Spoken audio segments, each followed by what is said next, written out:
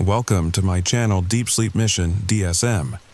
As we begin, I would be delighted if you could share your location in the comments below. It's truly inspiring to witness how far this content travels and to connect with viewers from across the world. My grandmother's wedding ring sits on my nightstand right now. Silver band, tiny sapphire in the center. I can see it catching the light from my laptop screen as I type this. The thing is, my grandmother never got married. Never even dated anyone, according to my mom.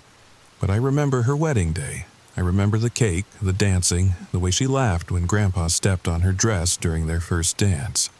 Wait, let me explain before you click away thinking I'm just another person on the internet making stuff up for attention. Because what's happening to me, it might be happening to you too. And if it is, we need to find each other before it's too late. The story begins now. 3 weeks ago, I started taking these pills. Little white tablets, perfectly round, no markings. They came in an unmarked bottle from this pharmacy on Bleecker Street in downtown Portland. Not the chain pharmacy you're thinking of. The other one. The one with the faded green awning and the bell that doesn't quite ring right when you push the door open. I went there for my usual prescription. Just basic anxiety meds, nothing special. Dr. Martinez had written the script like she always does. Same dosage, same brand. But when I got to the counter, the pharmacist, this older guy with glasses so thick they made his eyes look like fish in bowls, he looked at my prescription and frowned. He said, tapping the paper. We're out of these, but I have something similar, generic version. Same active ingredient. I should have asked more questions, should have gone to CVS like a normal person. But there was something about the way he smiled. Like he was doing me a favor. Like he knew something I didn't. Sure, I said. Generic's fine. He disappeared into the back for what felt like forever. I remember standing there, listening to the fluorescent lights buzz, smelling that weird pharmacy smell. You know the one. Like vitamins and dust and something chemical. When he came back, he had this unmarked bottle. Take one at bedtime, he said, handing it over, with water. Never on an empty stomach. The first night, nothing happened. Just took the pill, went to bed, woke up fine. The second night, same thing. By the third night, I'd almost forgotten they were different from my usual meds. That's when the memories started. It was subtle at first. I woke up on that fourth morning with this vivid recollection of going to summer camp when I was 12. Camp Watauga, up in the mountains. I could remember everything. The smell of the pine trees, the way the lake looked at sunrise. My bunkmate Sarah, who snored and talked in her sleep. Except I never went to summer camp. My parents couldn't afford it. I mentioned it to my mom over coffee that morning. Hey, remember when I went to Camp Watauga? She looked at me like I'd grown a second head. What camp? You never went to camp, honey. We talked about it once, but... She shrugged. Money was tight, but I could see it so clearly. Feel the mosquito bites on my legs.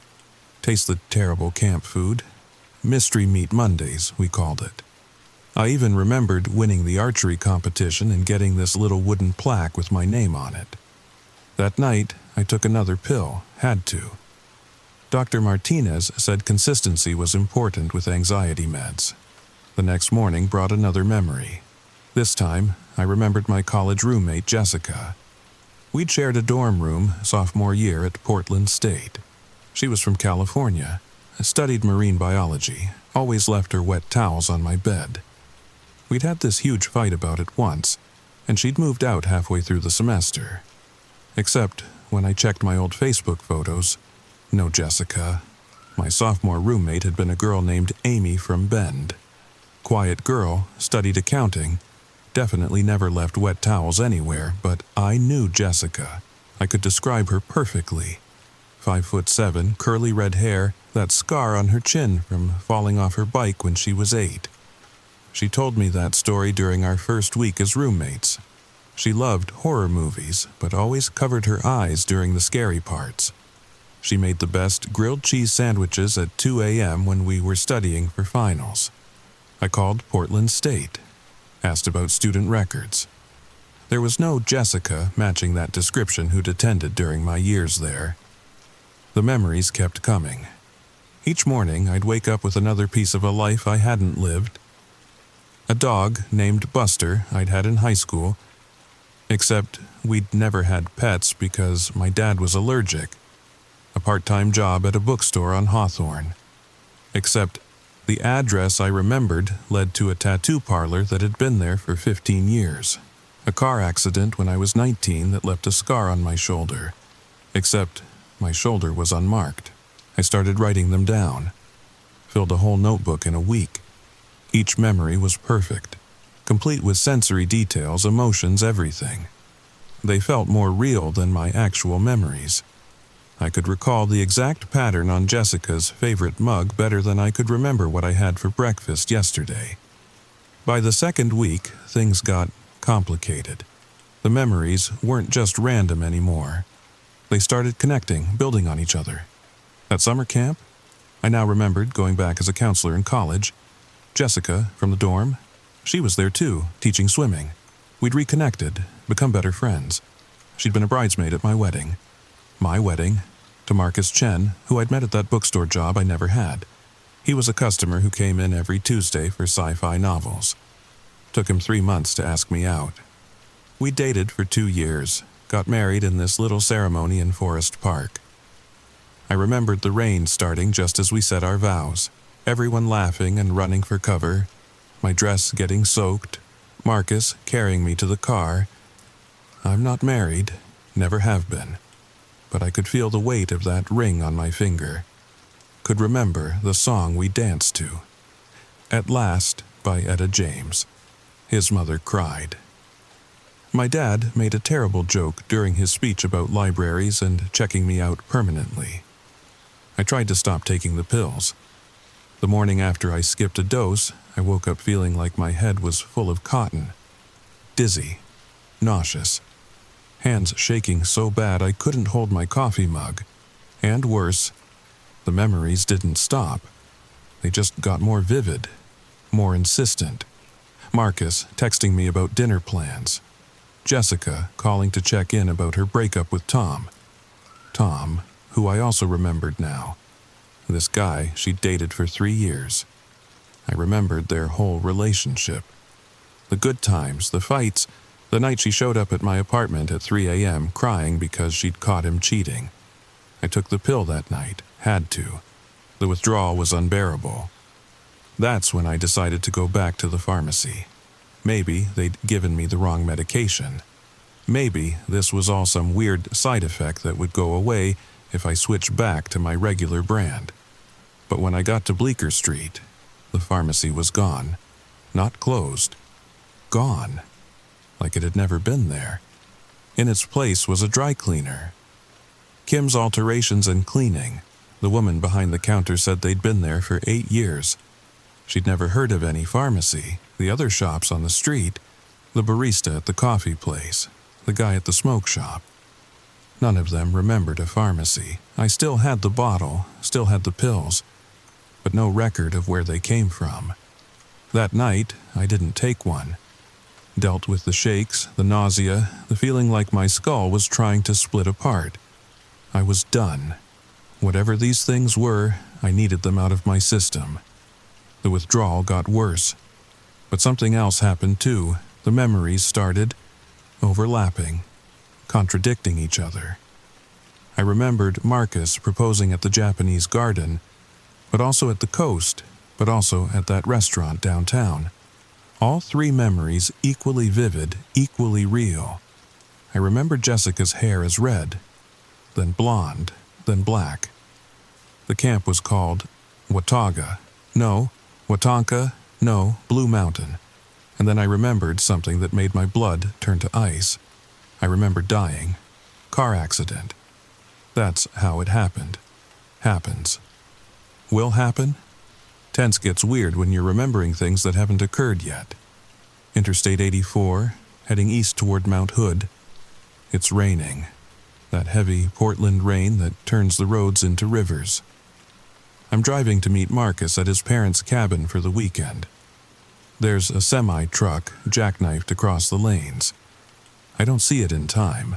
I remember the impact, the way the windshield spiderwebbed, the sound of metal screaming, the sudden stop, then nothing. Then waking up in a hospital room that smells like disinfectant and despair. Marcus is there, holding my hand. His eyes are red. He's been crying. "You were gone for 3 minutes," he says. "They brought you back. But here's the thing. In another memory, I don't wake up. Marcus is at my funeral, wearing that black suit I helped him pick out for his job interviews. Jessica gives a eulogy. She tells the story about the wet towels, how it seems so stupid now, how she'd give anything to have me leave wet towels on her bed again. 2 versions of the same event. Both real, both in my head right now. I stopped fighting the withdrawal, took another pill. I needed to understand what was happening.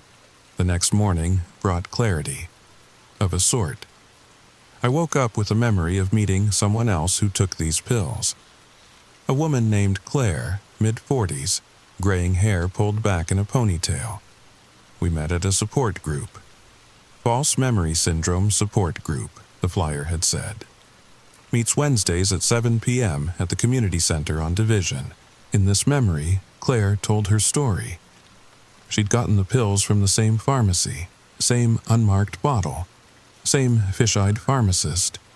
She'd been taking them for 6 months. Her false memories had gotten so elaborate, so detailed, that she'd started losing track of her real life.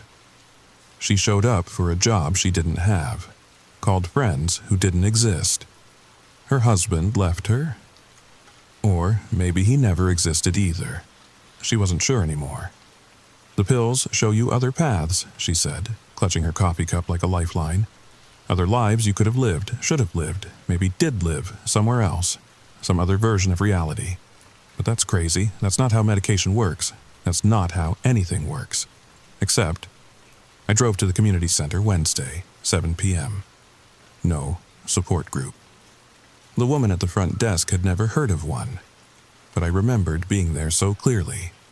The circle of folding chairs, the smell of burnt coffee, the way Claire's voice shook when she talked about forgetting her real daughter's name because she had 3 other daughters in her false memories. I've been thinking about this, about quantum physics and multiple universes, about all those sci-fi stories where every decision creates a new timeline. What if the pills don't create false memories? What if they let you access real memories from other versions of yourself? Other timelines where you made different choices? The timeline where I went to summer camp because my dad got that promotion. The timeline where I roomed with Jessica because Amy never applied to Portland State. The timeline where I took that bookstore job instead of the internship at the marketing firm. The timeline where I married Marcus. The timeline where I died on Interstate 84. The timeline where these pills don't exist and I'm living a normal life, unaware of all these other possibilities. But that's insane. I know it's insane. Pills can't do that. There's no such thing as... Except, I just remembered something else. In one of the timelines, I'm a pharmacist. I work at a small pharmacy with a faded green awning. I have thick glasses that make my eyes look distorted. And sometimes, when people come in with prescriptions for anxiety medication, I give them something special instead. Little white pills, unmarked, that I make in the back room using a formula I learned from my mentor before he disappeared. Take one at bedtime, I tell them, with water, never on an empty stomach. I don't know why I do it in that timeline. The memory is fuzzy around the edges, like looking through frosted glass. But I think it's because I'm trying to find someone, or something, or maybe I'm trying to escape from something. In that timeline, my name isn't Sarah, it's... No, that can't be right. I need to tell you something and I need you to believe me. I know how this sounds. I know you're probably thinking I'm having a psychotic break or this is some creative writing exercise or viral marketing for a movie. But please, just listen. 2 nights ago, I had the most vivid memory yet. In this one, I wasn't alone. You were there. Yes, you. the person reading this right now. We met at that support group, the one that doesn't exist. You'd been taking the pills too. Got them from a different pharmacy. Or maybe the same one, just on a different street, in a different version of Portland. Your memories were different from mine, but followed the same pattern. Lives you didn't live. Choices you didn't make. People you loved who never existed. We figured it out together. The pills aren't just showing us other timelines. They're breaking down the walls between them. Every memory we have of another life makes that timeline a little more real, pulls it a little closer to this one. And when enough people take the pills, when enough people remember lives they didn't live, the walls break completely. In that memory, we were trying to find the source, the first pharmacy, the first pharmacist, the first pill. Because somewhere, in some timeline, someone created these things for a reason. And that reason, I can't remember. That's where the memory gets fuzzy, like static on an old TV. But I remember the feeling, the urgency, the fear. We were running out of time. Last night I counted my pills. I had 30 when I started. I've taken 17, 13 left. But when I counted them again this morning, there were 30 again. Full bottle. Like I'd never taken any, or like I'd taken them all, in every timeline, all at once. I've been getting messages, texts from numbers I don't recognize. Do you remember the camp? Jessica says hi. Check your shoulder. I checked. There's a scar there now. Exactly where I remembered it from the car accident I never had. My laptop has files I didn't create, photos of the wedding. Marcus and me, smiling, rain-soaked, perfect. Jessica in her bridesmaid dress, my parents. But they look different. Younger. Happier.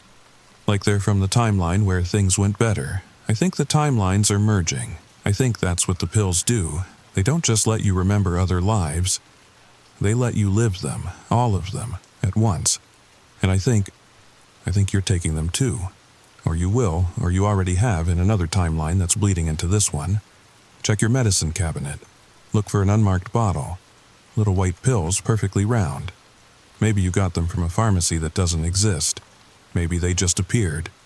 Maybe you've always had them, or maybe you're about to go looking for them. Because now that you know they exist, some part of you needs to know what your other lives look like. What choices you didn't make. Who you could have been, don't, or do. I don't know anymore. In some timelines, I'm warning you. In others, I'm the one who gave them to you. In one, we're working together to stop this. In another, we're the ones who started it. My grandmother's wedding ring is still on my nightstand, but now there's a photo next to it. Her and my grandfather on their wedding day. He died before I was born. Or he lived until I was 20. Or he never existed at all. I can hear someone at my door, knocking. It might be Marcus, worried because I haven't answered his texts. It might be Jessica, coming to check on me. It might be you, or it might be me. Another me. The one who made different choices. I'm going to answer it, I have to know. But first I'm going to take another pill, just one more, to remember how this ends, or begins, or if it ever really happened at all. If you're reading this, if any of this sounds familiar, if you've been having dreams about lives you didn't live, find me. The real me, the original me, whatever that means anymore. We need to compare notes. We need to figure out which timeline is real, or maybe they all are. Maybe that's the point. The knocking is getting louder. I can hear voices now. Plural. All of them familiar, all of them impossible. I'm going to answer the door now. But before I do, tell me something. And be honest, do you remember me? Do you remember us? Do you remember what happens next? Because I do, in 13 different ways. And in all of them, this is just the beginning. Wait, there's something else. Something I just remembered. Or maybe I'm remembering it for the first time. The pharmacist, the one with the thick glasses. He said something when he handed me the pills. something I didn't pay attention to at the time. These will help you remember, he said. But more importantly, they'll help you forget.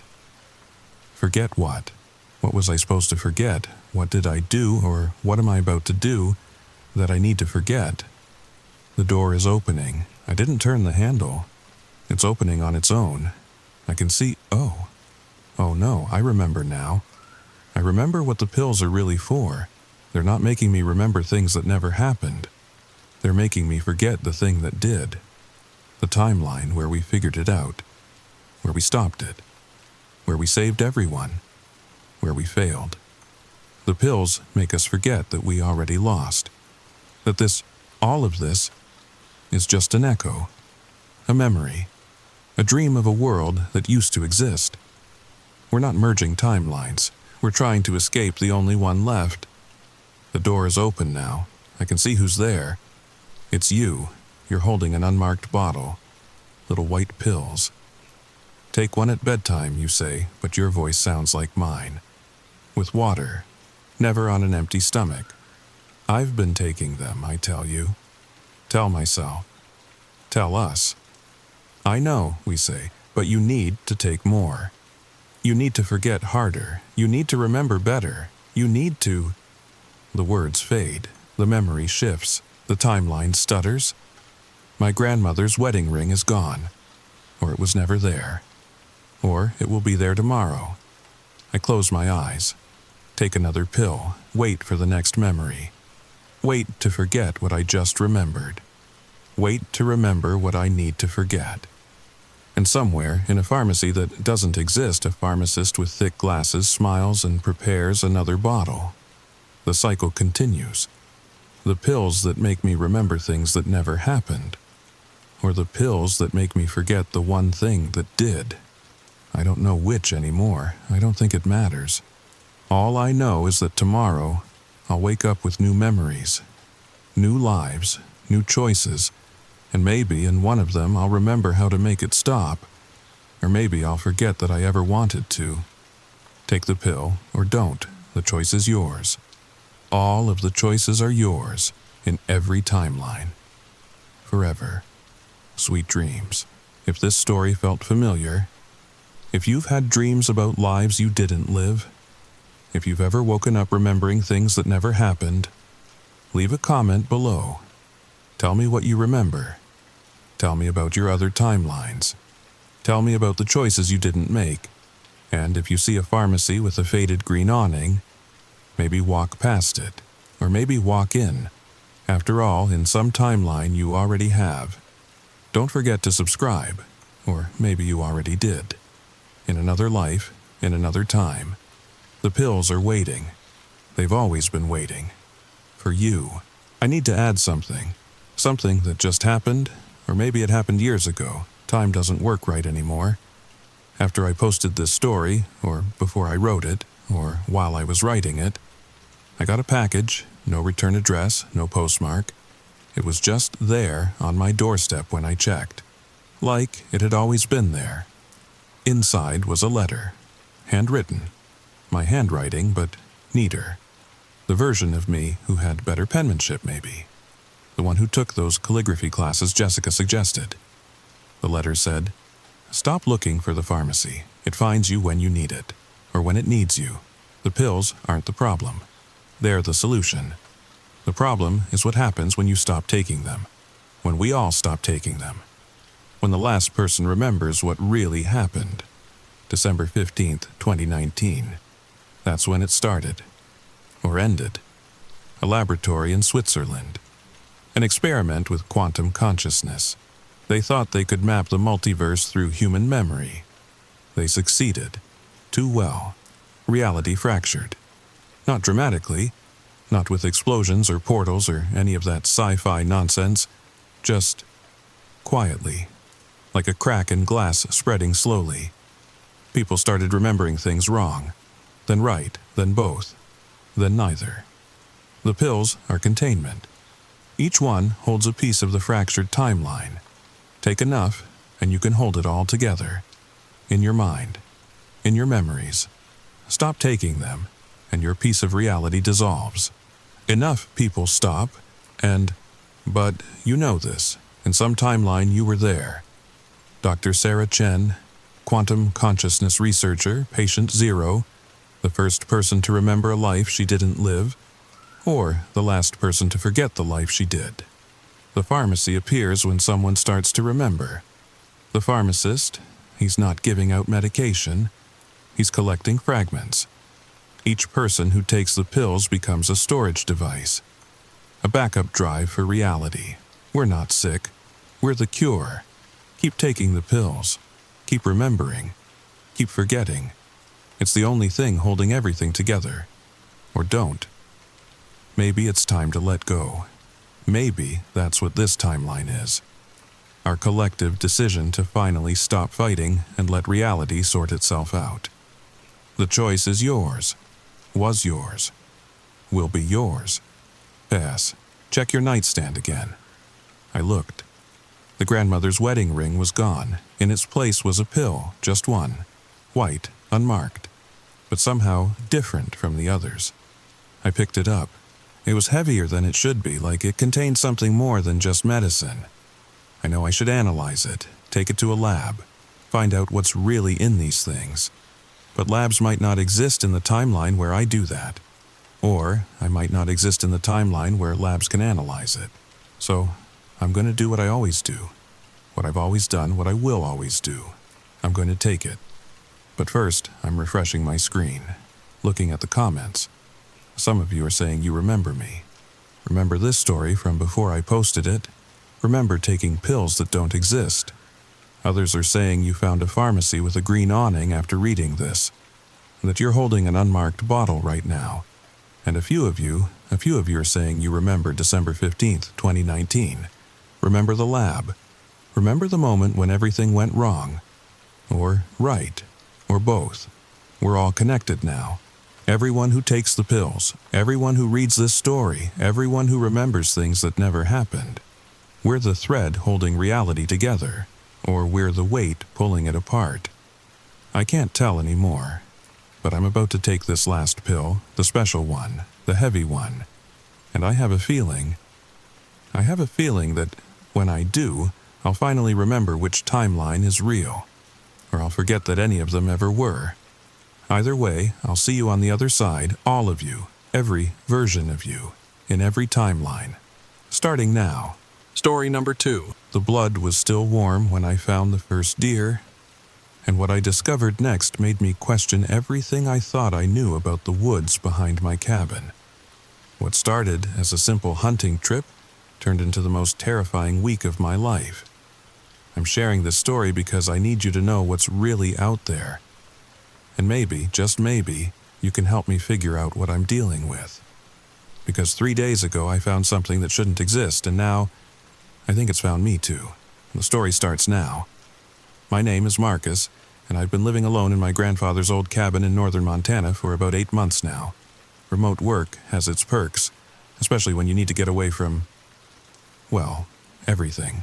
The nearest neighbor is Mrs. Henderson, about 3 miles down the dirt road, and she only comes by to drop off mail maybe twice a week. I thought I knew these woods pretty well by now. Every morning, I'd take my coffee out to the back porch and watch the deer graze in the clearing about 50 yards from the house. There was this one buck, massive thing, probably 8 points, that would show up almost like clockwork around 7:30. I started calling him Big Mike after my college roommate, who was also impossible to wake up before noon, but somehow always made it to breakfast. That Tuesday morning in October, Big Mike didn't show up. Neither did any of the others. The clearing was empty, which was weird because October is prime feeding time before winter sets in. These deer had been following the same routine for months. I stood there on the porch, steam rising from my mug, feeling this strange knot forming in my stomach. You know that feeling when something's just off? Like when you walk into your house and you can't shake the feeling someone's been there, even though everything looks normal. I decided to take a walk into the tree line to see if maybe they'd just shifted their feeding spot. The October air was crisp, that perfect temperature where you can smell the dying leaves and the approaching winter. My boots crunched through the fallen maple and oak leaves as I followed what looked like a game trail. About a quarter-mile in, I found the first one. The smell hit me before I saw it. That metallic copper scent mixed with something else. Something wrong. I pushed through a cluster of young pines and there it was. It was a doe, probably the same one I'd seen every morning for the past month. But Marcus, I need you to understand what I mean when I say this wasn't a normal death. This wasn't a wolf kill, or a bear attack, or even a hunter's poor shot. The skin had been removed, completely, perfectly, like someone had taken a scalpel and carefully peeled it away from the muscle underneath. But here's the thing that made my hands start shaking. The deer was positioned upright, leaning against a large oak tree, almost like it had been placed there deliberately. And the eyes, God, the eyes were still intact, still clear, staring straight ahead with this look of absolute terror frozen in them. I'm not squeamish. I grew up hunting with my dad in Wisconsin, helped him dress countless deer over the years, but this was something else entirely. This was precise, methodical, and the strangest part, there was hardly any blood on the ground beneath it. I pulled out my phone to call the local ranger station, but of course, no signal. Story of my life up here. I took a few pictures anyway, thinking maybe I could drive into town later and report it. Probably some sick person with too much time on their hands, right? Had to be. But as I was backing away from the scene, my boot caught on something soft. Another one. This time it was a young buck, maybe 2 years old. Same exact condition. Skin removed with surgical precision, positioned upright against a tree. Those same terrified eyes staring into nothing. The muscle underneath looked fresh, like this had happened recently, very recently. That's when I noticed the pattern. They were arranged in a rough circle, all facing inward toward a small clearing I hadn't noticed before. I counted them as I walked the perimeter, my heart hammering against my ribs. 7 deer total, all perfectly skinned, all positioned the same way, all with that same expression of absolute terror. In the center of the circle, the ground was disturbed, not like an animal had been digging, but like something heavy had been pressed into the earth repeatedly. The impressions were strange, too large to be human footprints, but not shaped like any animal tracks I'd ever seen. I'm ashamed to admit it, but I ran. Flat out sprinted back to the cabin like something was chasing me. Slammed the door behind me and immediately started checking all the locks. Pulled the curtains closed. Started pacing around my living room like a caged animal. I tried to rationalize it. Maybe it was some kind of research project, scientists studying deer anatomy. But then why arrange them like that? And why not take the whole carcass? Why leave them there to rot? The more I thought about it, the more questions piled up. How does someone remove skin that cleanly without making a mess? How do you keep a deer still while you're doing it? And most importantly, what kind of person would want to do something like that in the first place? I spent the rest of that day trying to focus on work, but every time I heard a branch snap outside or the wind rustle through the trees, I'd jump up and check the windows. By evening, I'd convinced myself I was overreacting. Probably just some twisted individual passing through. Happens more often than you'd think in remote areas like this. But then I heard the sound. It started around 10:30 that night. I was sitting in my recliner, trying to distract myself with some Netflix show about people renovating tiny houses, when I heard it through the back wall of the cabin. Scraping. Not like branches against wood, or an animal scratching at a tree. This was deliberate, rhythmic, like fingernails. No, like claws, being dragged slowly across rough bark. The sound would last for maybe 10 seconds, then stop, then start again from a slightly different location. I muted the TV and sat perfectly still, straining to listen. The scraping moved along the back wall of the cabin, from left to right, then stopped right behind where I was sitting. My grandfather had built this place back in the 70s. solid log construction with thick walls. Whatever was making that sound had to be right up against the cabin to be that audible. I grabbed the baseball bat I keep by the front door.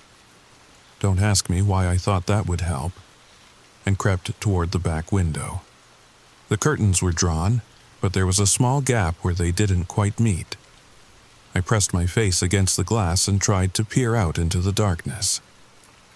At first, I couldn't see anything, just the familiar silhouettes of the pine trees against the starlit sky. But then my eyes adjusted, and I saw them. Shapes, standing between the trees at the edge of the clearing, perfectly still, like they were waiting for something. At first glance, they almost looked like people. Tall, thin figures standing upright. But something about their proportions was wrong. Too tall, too angular, and they were spaced too evenly, like sentries posted around the perimeter of my property. I counted 6 of them before my nerve broke, and I stepped back from the window.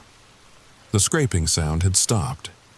I stood there in my dark living room, clutching that stupid baseball bat, trying to convince myself I was seeing things. Then my motion sensor light came on. The sudden brightness flooded the backyard, and through the gap in the curtains, I could see the clearing was empty. Whatever had been standing there was gone, just like that. No sound of movement, no rustling bushes. They had simply vanished. I didn't sleep that night. Every few hours, the motion light would trigger again, bathing the backyard in harsh white light for 60 seconds before clicking off. I never saw anything that should have set it off, but the light kept coming on, all night long. By morning, I'd made a decision. I was going to figure out what was happening one way or another. Maybe I was losing my mind from too much isolation. Maybe there was a perfectly logical explanation for everything. But I couldn't just sit in that cabin, jumping at every sound, waiting for something terrible to happen. I loaded my grandfather's old hunting rifle, .30-06 with a decent scope, and headed back into the woods.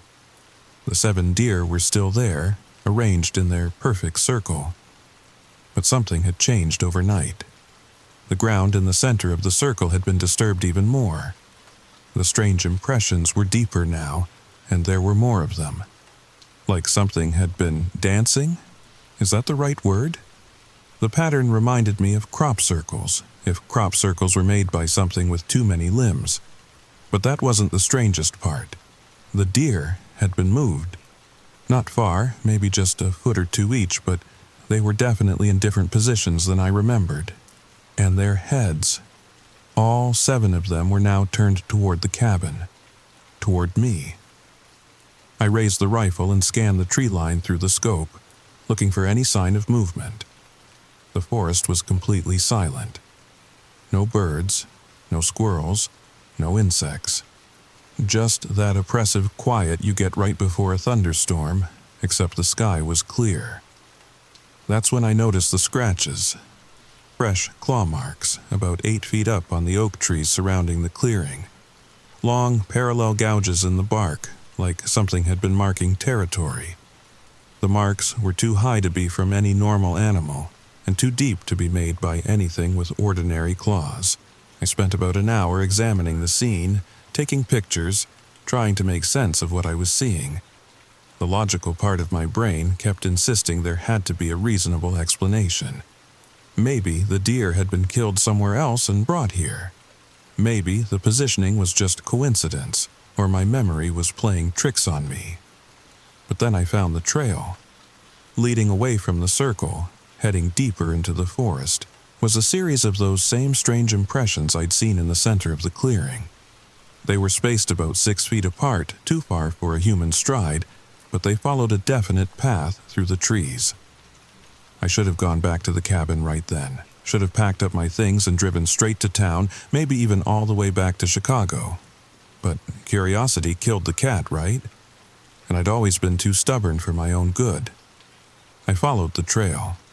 It led me deeper into the woods than I'd ever gone before, winding through sections of forest so thick the canopy blocked out most of the sunlight.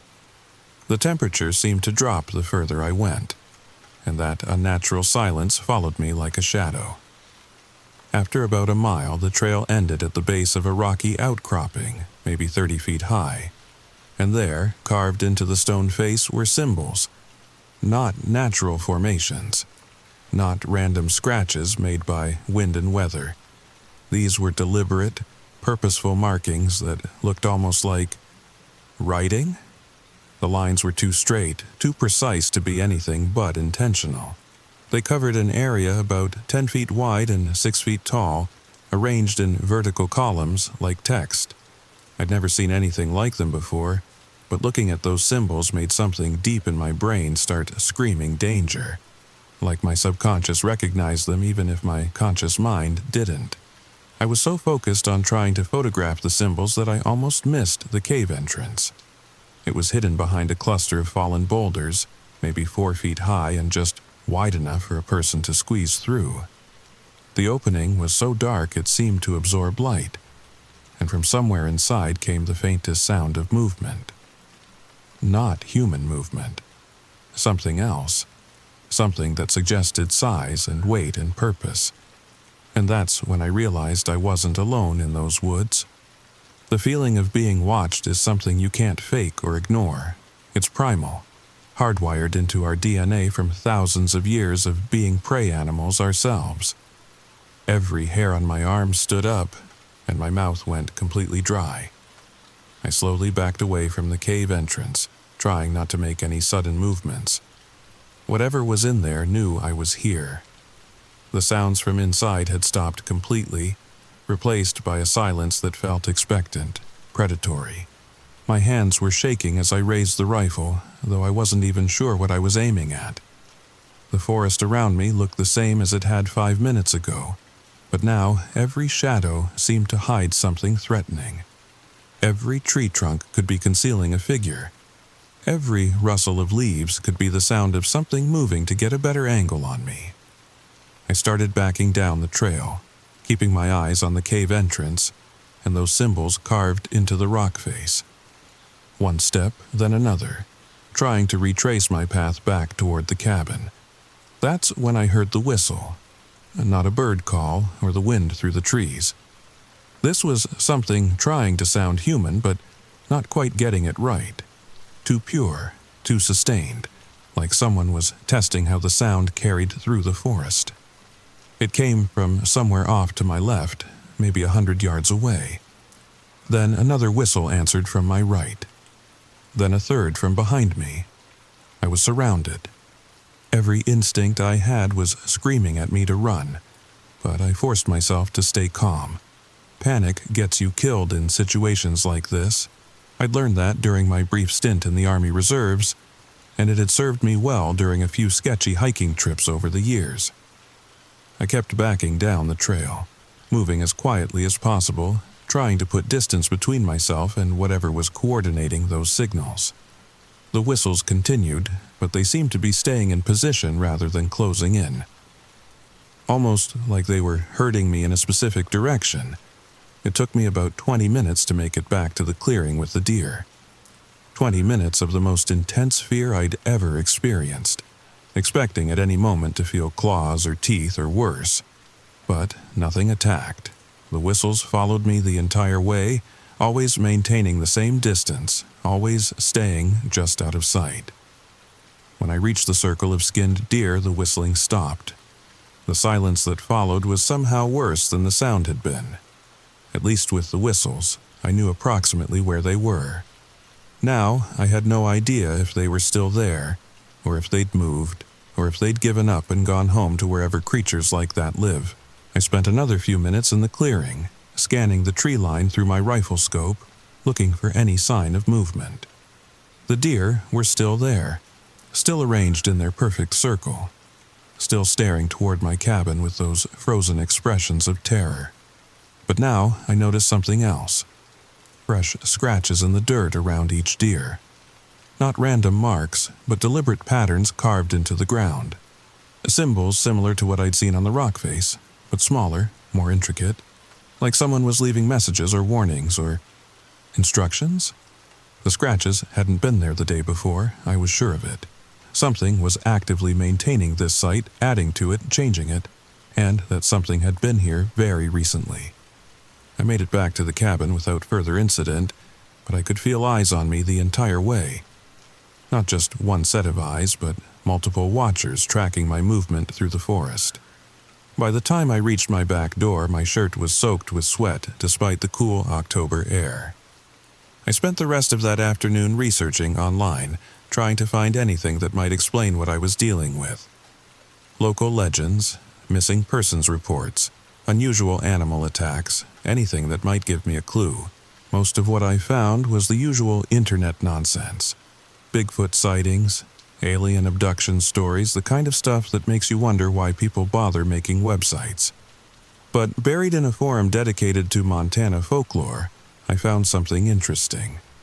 A post from about 6 months ago written by someone claiming to be a local indigenous elder, talking about old warnings passed down through generations about certain areas of the forest that should be avoided.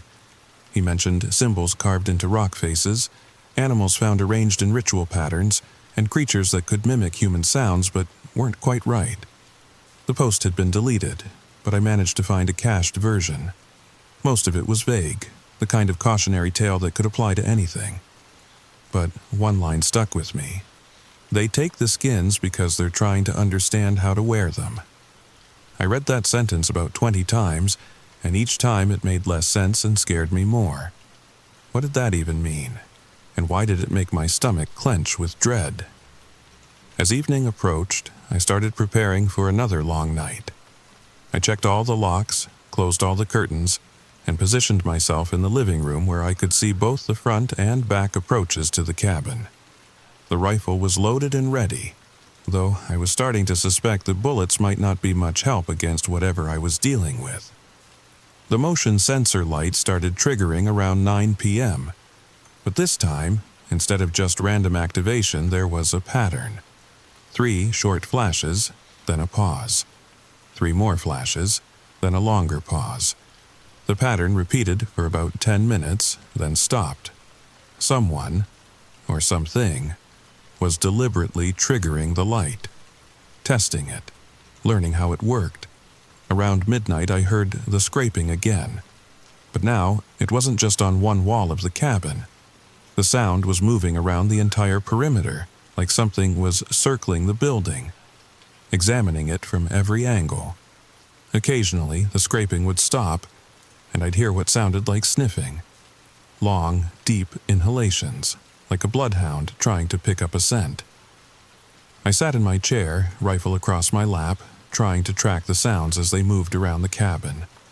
Whatever was out there was taking its time, being methodical.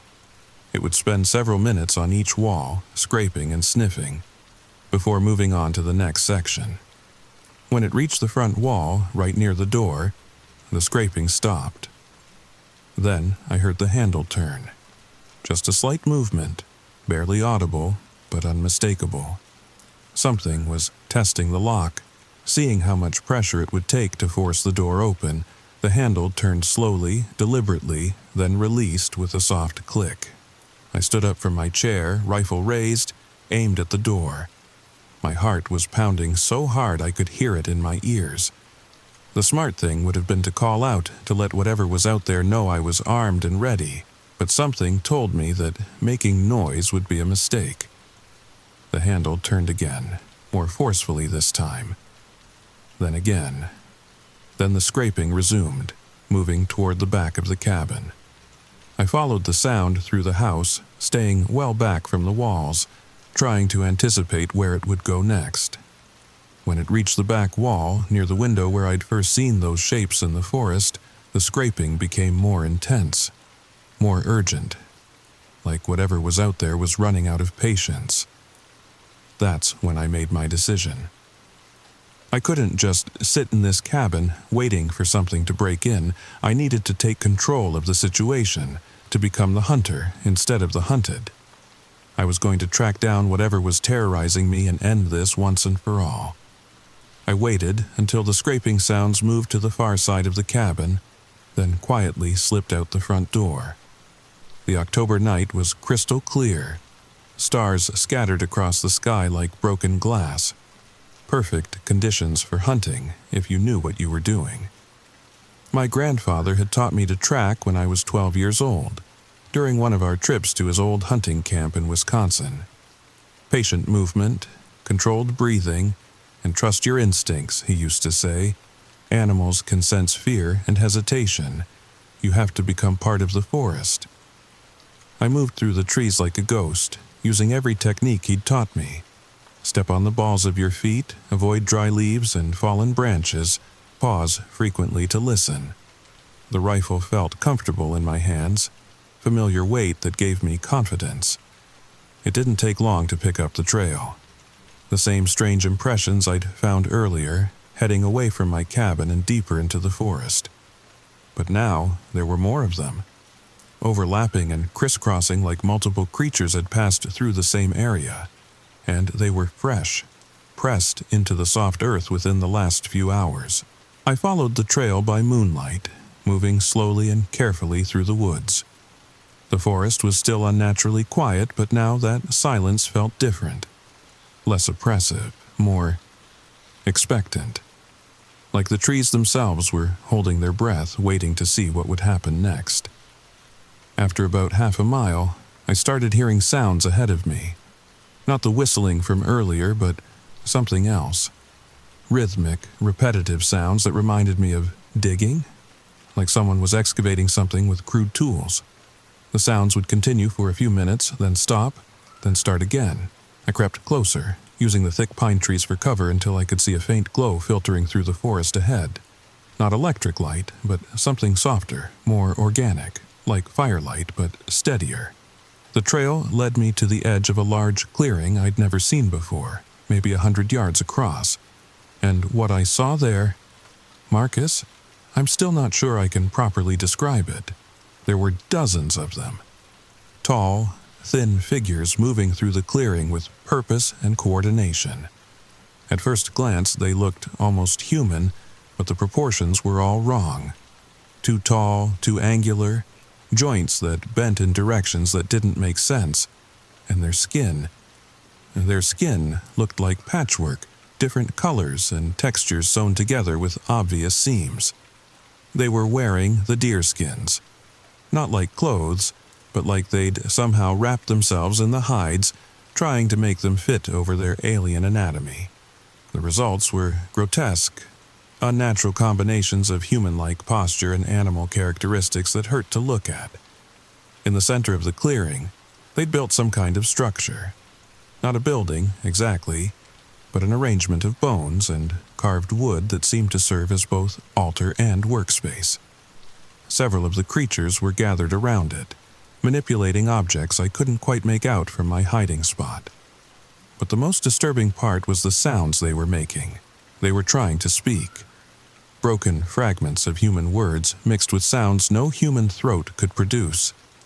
"Help! Please! Don't!" Spoken in voices that weren't quite right, like recordings played back at the wrong speed. They were practicing, learning, testing different combinations of sounds and inflections.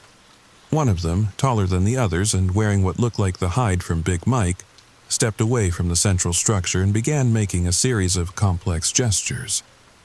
The others fell silent, watching and copying its movements. It was teaching them something, showing them how to, oh God, how to act human. I was so focused on the scene in the clearing that I almost missed the movement behind me. The tap on my shoulder was gentle, almost polite. I spun around to find one of them standing less than 3 feet away, close enough that I could see the careful stitching holding its skin disguise together. This one was wearing what might have been human skin, though the color and texture were wrong, like it had been treated with chemicals or aged improperly. It tilted its head at an impossible angle and spoke in a voice that sounded almost familiar. "Hello, Marcus.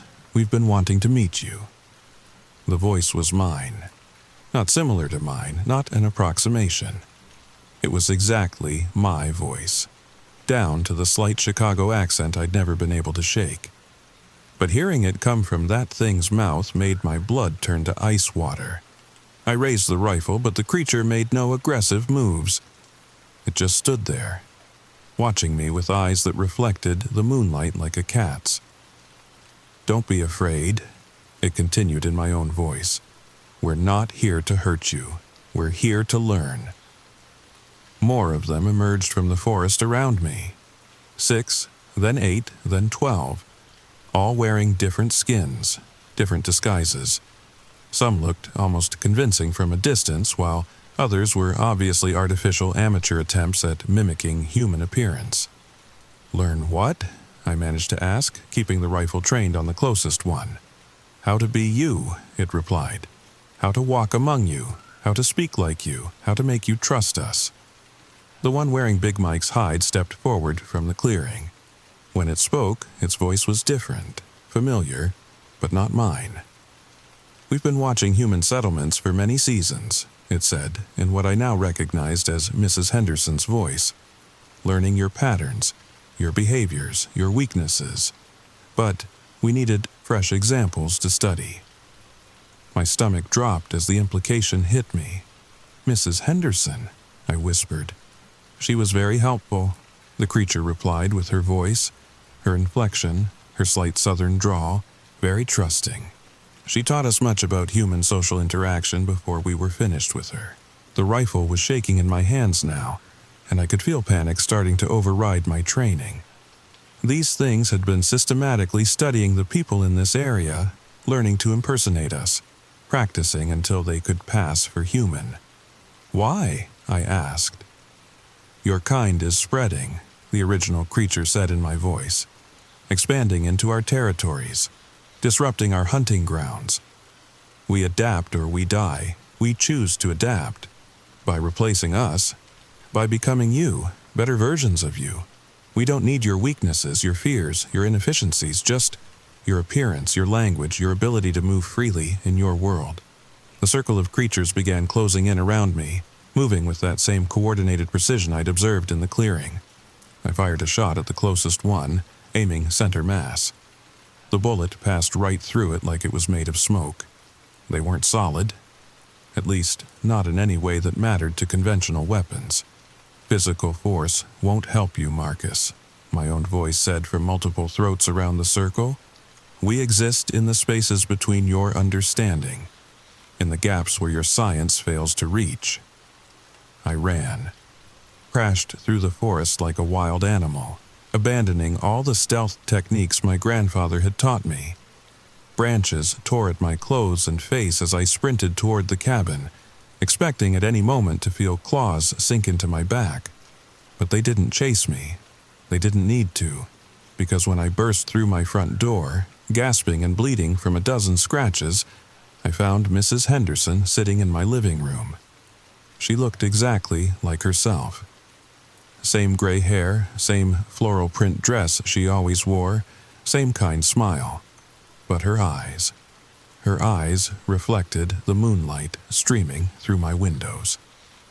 "Hello, Marcus," she said in her familiar voice. "I was wondering when you'd get back. We have so much to discuss. I'm writing this now because I don't know what else to do. It's been 3 days since that night in the forest, and I haven't been able to leave the cabin.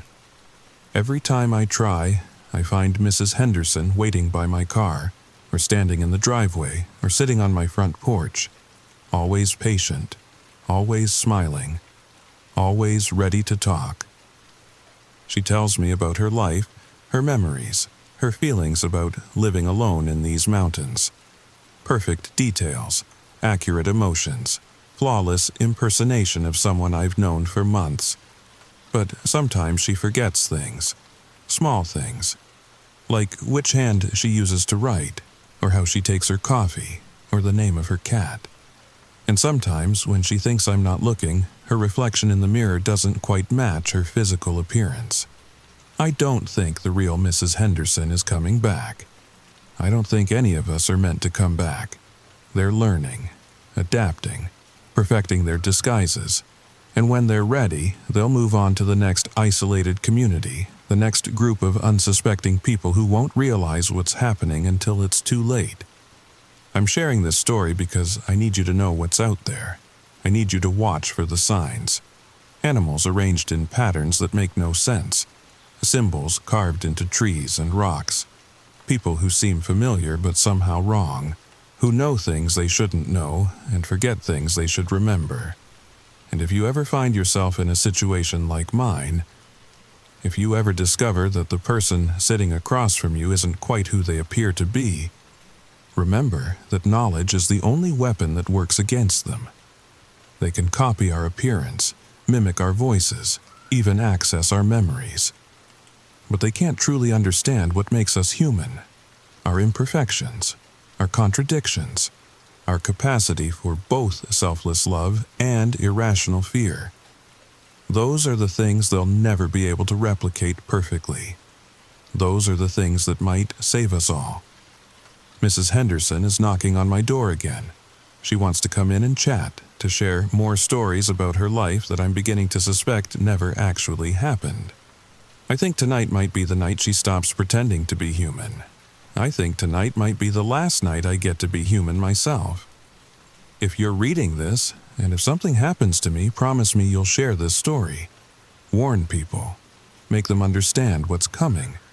Because they're not just learning to look like us anymore, they're learning to replace us. And I'm starting to think they're getting very, very good at it. The knocking has stopped. She's not at the door anymore. She's standing right behind me, isn't she? What do you think happened to Marcus? Did he escape? Or did they finally perfect their disguise? Have you ever encountered someone who seemed familiar but somehow wrong? Share your theories in the comments below, and don't forget to subscribe for more true horror stories from the darkest corners of America. Because the truth is always stranger and more terrifying than fiction. And sometimes the person sitting next to you might not be who you think they are. Story number 3. The first coin was a penny. Lincoln's face staring up at me from my pillow when I woke up that Tuesday morning in October. I almost didn't notice it. Almost brushed it off my pillow without a second thought. But something made me stop. Made me look closer. The penny was old. 1943. Steel, not copper. My grandfather used to collect those. Said they were special because of the war, but my grandfather had been dead for 15 years, and I lived alone in my Portland apartment. I need to tell you this story. I need someone to understand what's been happening to me. Because if you're listening to this, if you found coins on your pillow too, then maybe you can help me figure out what they want. Now, let me take you back to when this all started.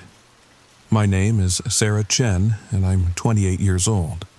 I work as a night shift nurse at Providence Medical Center here in Portland. The apartment I rent is nothing special, just a one-bedroom in an old building near Hawthorne District. Creaky floors, thin walls, the usual, but it's mine. And after 12-hour shifts dealing with emergencies, it's my sanctuary.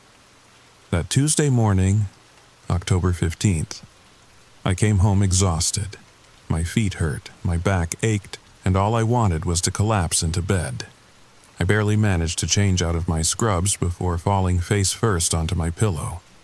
When my alarm went off at 6 p.m., there it was. The penny. Heads up, right where my cheek had been pressed against the pillowcase. I picked it up, feeling the cold metal between my fingers. The edges were sharp, like it had never been circulated. But the date, 1943, that couldn't be right. Steel pennies from 1943 were rare.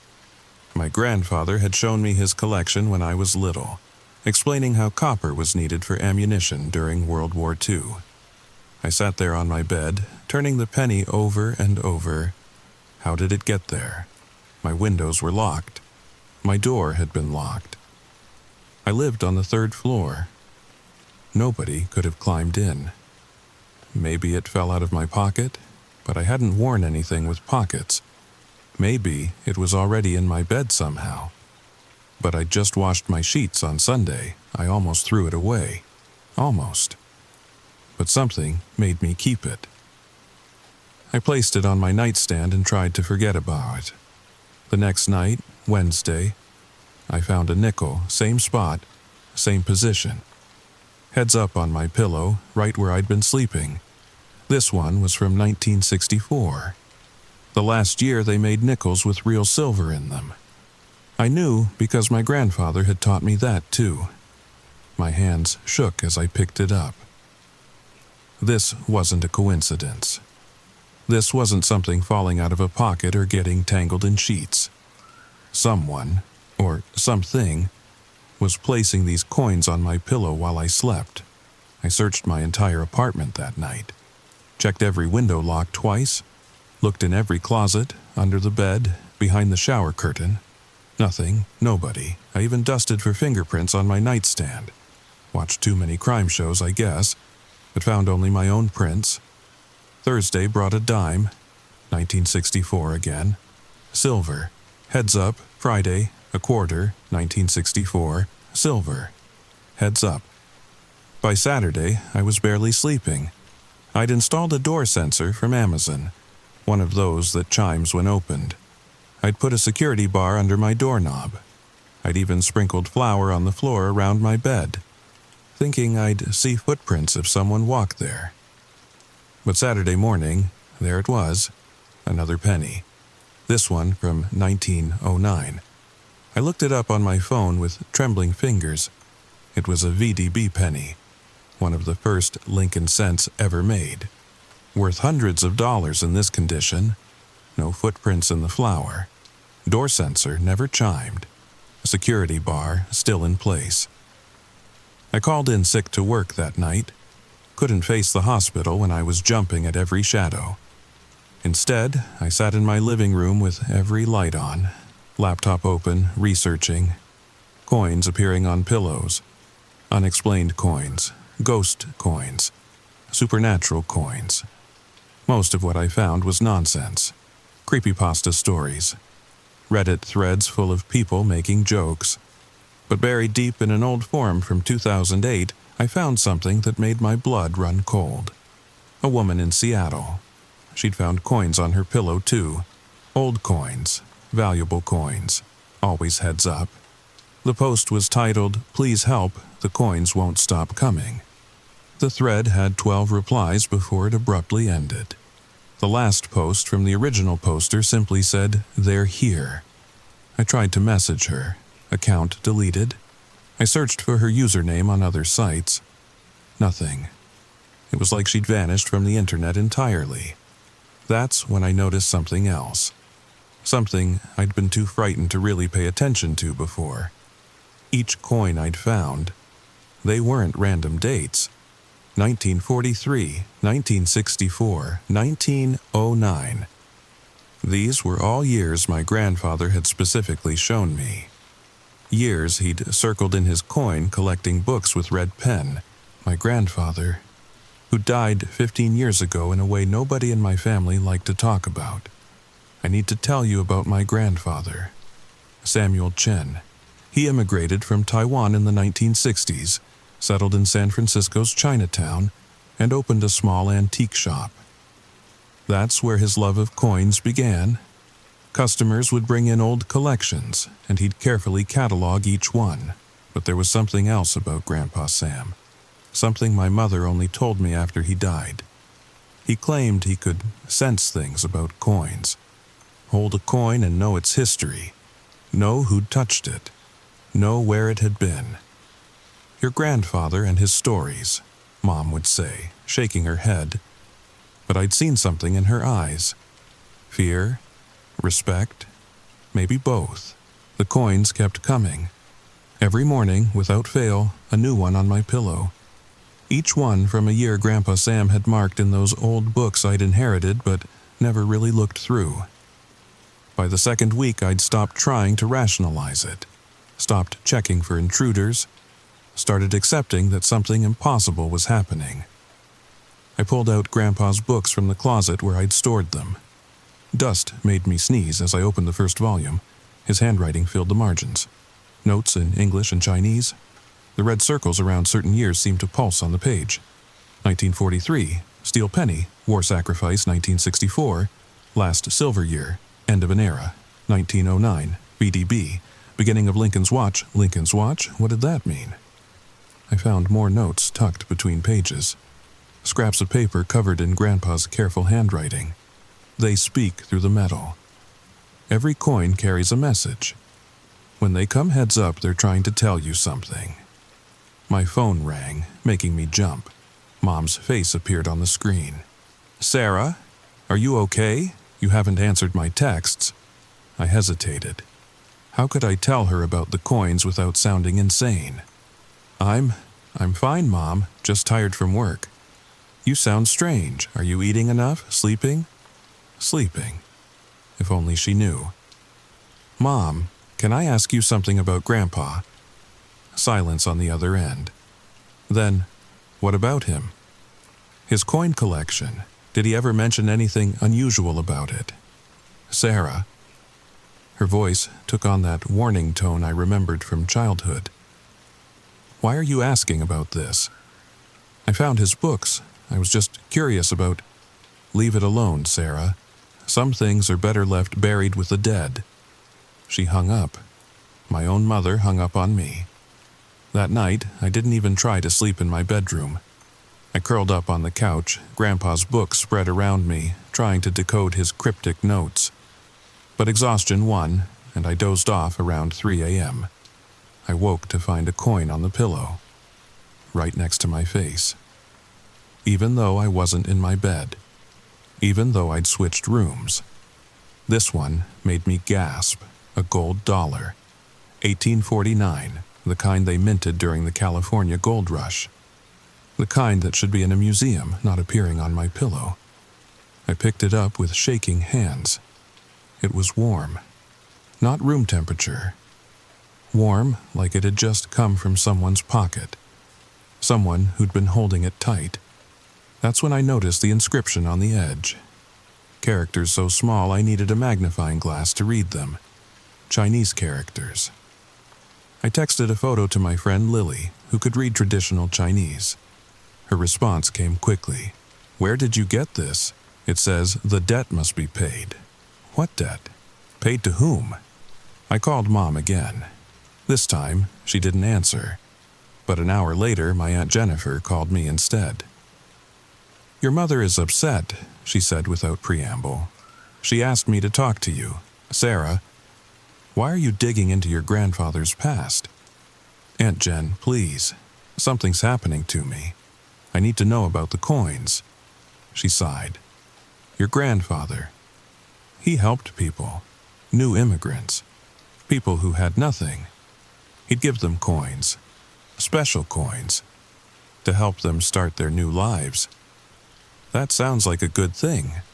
It was. Until he started taking payment. My blood chilled. What kind of payment? Not money. Never money. He'd say the coins would collect what was owed, that they'd return when the debt was ready to be settled. "Sarah, did you find coins?" I couldn't speak, could barely breathe. "Sarah, answer me. Did coins appear?" "Yes," I whispered. "How many?" 12. 12 so far." I heard her sharp intake of breath. 12 coins, 12 debts. Oh, Sarah. "I'm so sorry." "Sorry for what? Aunt Jen, what's happening to me?" But she'd already hung up. When I tried calling back, the number was disconnected. "I need you to understand something. I'm a nurse. I believe in science, in medicine, in things that can be measured and proven. But what happened next? It shattered everything I thought I knew about the world. The 13th coin appeared that night while I was wide awake. I was sitting at my kitchen table, coffee growing cold. Grandpa's books spread before me. I'd found a ledger. Names and dates, coins given and promises made. The entries went back decades. Maria Gonzalez, 1972, 3 silver dollars. For her children's future. Thomas Mackenzie, 1981, 5 wheat pennies. For safe passage home, Liu Wei, 1969.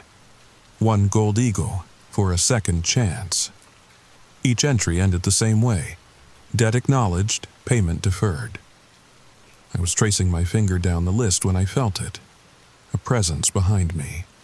The air grew thick, heavy, like before a thunderstorm. I turned slowly. A penny materialized on my kitchen table. Not dropped, not placed. It formed, like smoke becoming solid. 1943 steel penny. Heads up. I should have screamed, should have run.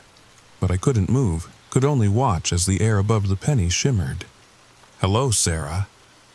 The voice came from nowhere and everywhere at once. Young, old, male, female. It was all of these and none of them. Who? Who are you? We are the collected, the indebted, your grandfather's clients. The penny began to spin on the table, impossibly balanced on its edge. He helped us when no one else would. Gave us coins charged with fortune. Coins that opened doors, changed fates, saved lives. Then why? My voice cracked. Why are you here? Every gift has a price. Your grandfather knew this. He made the bargain for us, deferred our payments.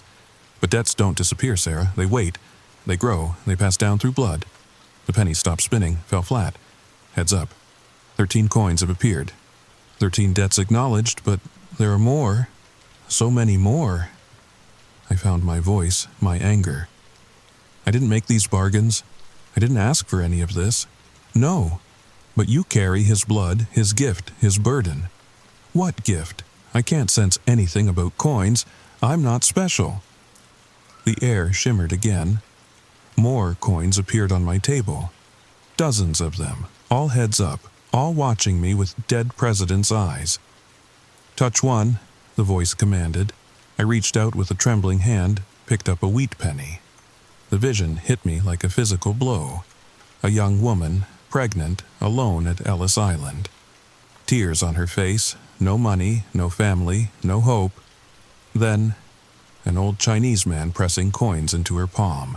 For your child, he says. Pay it forward when you can. The coins glow warm in her hand. Later, a stranger offers her a job. A landlord accepts her meager deposit. Doors open that should have stayed closed. I gasped, dropped the penny. My hand burned like I'd touched fire. You see, the voice said, you have always had the gift. You simply never awakened it. I don't want it. Want is irrelevant. The debts exist. Payment is required. What kind of payment? Money? I'll pay money. Something like laughter filled the room, but it was wrong. Like joy turned inside out. Not money, never money. Your grandfather understood. The coins take what they're owed. Time, memory, chances. Years you might have lived. Moments you might have treasured. They take pieces of what could have been. I thought of Grandpa Sam. How he'd aged so quickly near the end. How he'd sometimes stare at nothing, whispering names I didn't recognize. How he'd died in his sleep one October night, surrounded by his coins. A smile on his face like he'd finally balanced some cosmic ledger. How many? I asked. How many debts? Check the ledger, count the names. I looked down at the book, flipped through page after page. Hundreds of entries. Thousands. This is impossible. I can't pay all of these. Your grandfather couldn't either. He paid what he could, the rest passed to you. And if I refuse? The temperature in my kitchen plummeted. Ice formed on my coffee mug. The coins on the table began to vibrate, creating a sound like distant screaming. The coins will keep coming, every night, every day. They'll follow you wherever you go. And eventually, they'll bring their owners with them. The desperate, the saved, the indebted. All wanting what's owed. As if to demonstrate, the air in my kitchen began to thicken with shapes. Translucent figures. A woman in 1940s clothing. A man in a zoot suit. A child clutching a teddy bear. More and more, filling my small kitchen, all staring at me with hollow, waiting eyes. "Stop!" I screamed. "Please stop!" The figures faded. The coins vanished. Only the original penny remained, innocent-looking on my table. 3 days, the voice said, growing fainter. You have 3 days to decide. Accept your inheritance or join the indebted yourself. The presence withdrew. leaving me gasping in my kitchen, alone except for that single penny. Still heads up, still watching. I didn't sleep for the next 2 days. Couldn't. Every time I closed my eyes, I saw those hollow-eyed figures, felt the weight of their need pressing against my skull. I tried everything, threw the coins away. They returned, locked them in a safe, found them on my pillow. Even drove to the Columbia River Gorge and hurled them into the water. They were waiting on my car seat when I got back. On the second night, I called my mother. "Mom, please. I know about Grandpa's gift, about the debts. I need help." Long silence. Then quietly, "Come home, Sarah." I drove to my childhood home in Beaverton at 2 a.m., the coins jingling in my pocket like 30 pieces of silver. Mom was waiting on the porch, looking older than I'd ever seen her. "Show me," she said. I poured the coins onto her kitchen table. She touched each one gently, tears sliding down her cheeks. "I hoped it would skip a generation," she whispered. "Hoped the gift would die with him." "You knew? All this time you knew?" I watched it consume him. Watched him age a year for every debt he paid, but he couldn't stop. They needed him, he said. The lost, the desperate, the ones with no other hope. She picked up the gold dollar, turned it over in her fingers. The night he died, he was smiling. Said he'd finally figured it out. The secret. How to pay without losing everything. What secret? She met my eyes. He said the debts weren't meant to be paid by one person. They were meant to be shared, spread out, like ripples in water. I don't understand. She pulled out a wooden box from the china cabinet. Inside, more coins. Different ones, modern ones. "These are mine," she said. "People I've helped over the years, small things. A grocery bill here, a tank of gas there. Each time I left a coin. Heads up. A reminder that kindness creates its own debts. Good debts." But the voice said, "The voice tells you what you fear to hear. But your grandfather learned the truth. The coins collect both kinds of debts. The ones we owe and the ones owed to us. Balance, Sarah. It's all about balance." She pressed a penny into my hand. This one was new, shiny, from this year. Make your own debts. Create your own network of kindness. For every old debt you pay with time and memory, create a new one with generosity. The gift doesn't have to be a curse. It can be a responsibility, a purpose. I stared at the penny in my palm. But how do I know who needs help? Mom smiled sadly. The coins will tell you. They always do.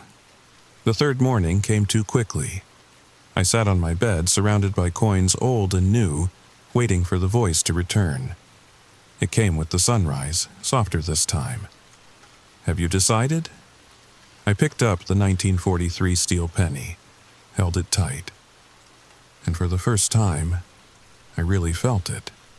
The desperation of a young soldier sending his last cent home.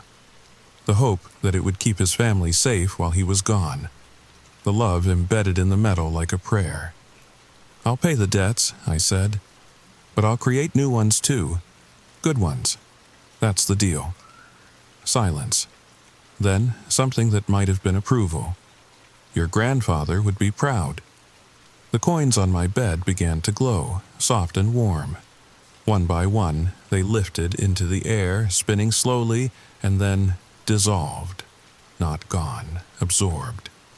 I felt them settle into my bones, my blood, my soul. Each one a story, a responsibility, a chance to help. When I opened my eyes, only one coin remained. The 1943 steel penny. But now I understood why.